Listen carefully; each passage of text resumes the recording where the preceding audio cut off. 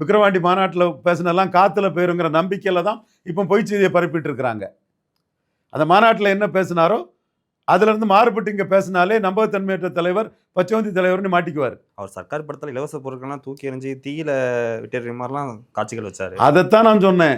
நீங்கள் சர்க்கார் படத்தில் தான் இலவசத்தை எதிர்ப்பீங்க, அது முருகதாஸ் எதிர்த்தாரா நீங்கள் எதிர்த்தீங்கன்னு தெரியல.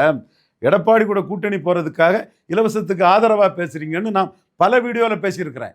தமிழ் ஊர் நல்லூரில் உள்ள வியூவர்ஸ் இதை பார்த்தா தெரியும் நான் பேசியிருக்கேனா இல்லையாங்கிறது தெரியும். இப்போ நீ இலவசத்துக்கு எதிர்ப்பா வாரியன்னா எடப்பாடி ஒன்று சீண்டல்லைன்னா ஒன்றுமே இல்லைன்னு சொல்ல மாட்டார். பலன் நிரூபிக்கலைங்க. நீங்கள் கையில் வராத ஓட்டை எப்படி ட்ரான்ஸ்ஃபர் பண்ணிவிடுவீங்க? 100 ரூபா இருந்தால் தான் 50 ரூபா கடன் கொடுக்க முடியும். நீங்கள் சம்பாதிப்பீங்கிற நம்பிக்கை இருக்கலாம், ஆனால் இன்னும் சம்பாதிக்கல. நீங்கள் சம்பாதிப்பீங்கிறது உங்களுக்கு நம்பிக்கை இருக்கலாம். நீங்கள் சம்பாதிச்சா தானே அது உங்கள் பணம். நீங்கள் எலெக்ஷன் கமிஷன் சொன்னால் தானே அது உங்கள் ஓட்டு. இன்னைக்கு கூட கருத்து கணிப்பில் ஒருத்தர் விஜய்க்கு ரொம்ப லோவாக போட்டிருக்கிறாரு. நாளைக்கு இன்னொரு கருத்து கணிப்பு வரும், அது நிஜமாகாது இல்லைல்ல.